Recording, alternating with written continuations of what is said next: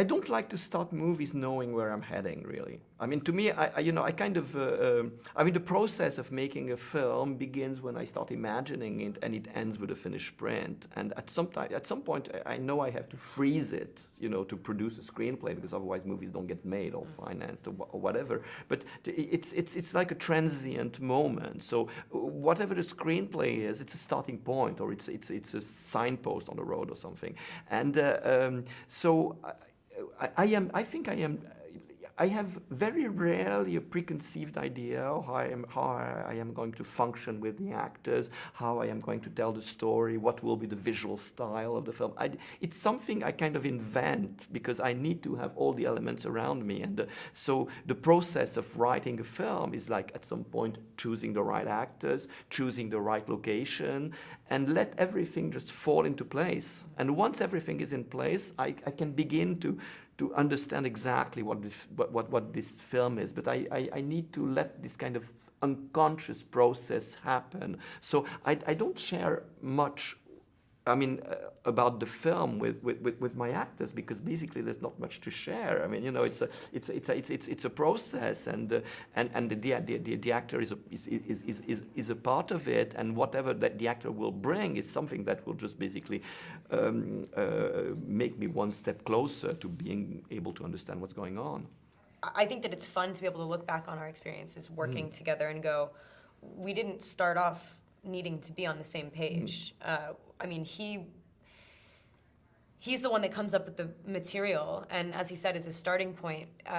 The attraction to the questions is there. That's mutual. I mean, you acknowledge that, like, generally we're kind of thinking about the same things, but what we take away from those things and how they find themselves in the work is always, personal. Like, truly, like it's personal for both of us. And so if it was a completely shared thing, it would be something that was like pre-thought out and designed and delivered as an idea rather than a discovery. I don't rehearse, so it's usually we get into like the first take, and I kind of need to see what happens. It's like ultra basic. So it starts here, it ends there, in the middle. Eventually you do this, but if you don't feel like doing it, it's okay.